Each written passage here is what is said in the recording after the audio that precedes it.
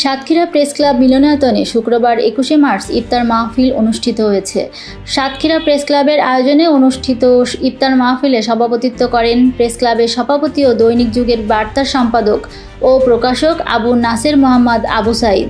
ইফতার পর্ব সংক্ষিপ্ত বক্তব্য রাখেন সাতক্ষীরা প্রেস ক্লাবের সাধারণ সম্পাদক ও দৈনিক দিনকালের স্টাফ রিপোর্টার মোহাম্মদ আব্দুল বারী। ইফতার মাহফিলে উপস্থিত ছিলেন দক্ষিণের মশালের সম্পাদক অধ্যক্ষ আশেকি এলাহি, সাংবাদিক মোস্তাফিজুর রহমান উজ্জ্বল, রুহুল কুদ্দুস, দিলীপ কুমার দেব, প্রেস ক্লাবের যুগ্ম সাধারণ সম্পাদক এম রফিক, সিনিয়র সাংবাদিক কাজী শহীদুল হক রাজু, সাংগঠনিক সম্পাদক জৈনিক রফিকুল ইসলাম শাওন, নির্বাহী সদস্য গোলাম সরোয়ার,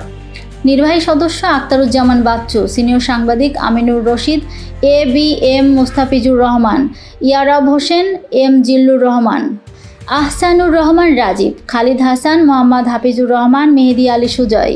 এস এম রেজাউল ইসলাম, আব্দুল আলিম, ইব্রাহিম খলিল, ফারুক রহমান, মীর আবু বক্কর, মীর মোস্তফা আলী, শহীদুল ইসলাম, খন্দকার আনিসুর রহমান, আইব হোসেন রানা প্রমুখ ইফতার মাহফিলে দেশ ও জাতির শান্তি কামনায় দোয়া পরিচালনা করেন। সাতক্ষীরা পৌর পার্কে জামি মসজিদের ইমাম মুফতি আলহাজ সাইফুল ইসলাম।